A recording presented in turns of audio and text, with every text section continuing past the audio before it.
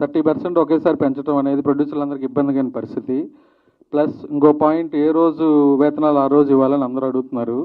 ఇక్కడ ప్రొడ్యూసర్లు అందరూ హ్యాపీగా ఉన్నారా లేరా అని గుండె మీద చేసుకొని చెప్పమంటే ఎవరూ హ్యాపీగా లేవు. ఒక సినిమా హిందీ డబ్బింగ్ కొనుక్కుంటే సినిమా ఆడలేదని రిలీజ్ తర్వాత 50 లక్షలు ఆపేస్తున్నాడు. ఓటీటీ రిలీజ్ తర్వాత 50%, 1 month అని అగ్రిమెంట్ ఉంటుంది, 4 నెలల తర్వాత ఇస్తున్నాడు. మేము కూడా డబ్బుల కోసం వెయిట్ చేస్తున్నాం. ఇక్కడ కానీ మేము వెయిట్ చేయం, ఏ రోజుకి ఆ రోజు ఇవ్వాలనేది మాత్రం చాలా ఇబ్బందిగా పరిస్థితి. ఇంకొకటి, నాదే ఒక సినిమా లాస్ట్ ఇయర్ సెట్లో 250 మంది జూనియర్లు ఉన్నారు. అక్కడ కరెక్ట్గా కార్డు ఉన్న వాళ్ళు 50 మంది లేరు. మిగతా వాళ్ళు ఎవరు? మరి యూనియన్ ఏం చేస్తుంది? ఏమీ చేయట్లా, కాముగా ఉంటున్నారు. ఇది కూడా ఒక రకమైన మోసమే. నాన్ మెంబర్స్కి ఇస్తుంది ఒక రేటు, మెంబర్స్కి ఇస్తుంది ఒక రేటు. మరి ఆ డబ్బులు ఎక్కడికి వెళ్తున్నాయి?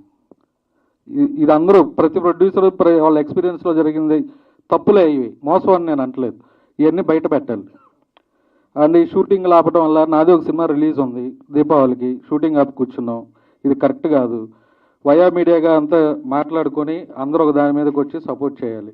చిన్న సినిమా బతికితేనే థియేటర్లు ఉంటాయి. పెద్ద సినిమాలు ఇప్పుడు ఎస్కెన్ గారు చెప్పినట్టు సంవత్సరానికి 50 ఉంటాం, 50 కూడా ఉండవు.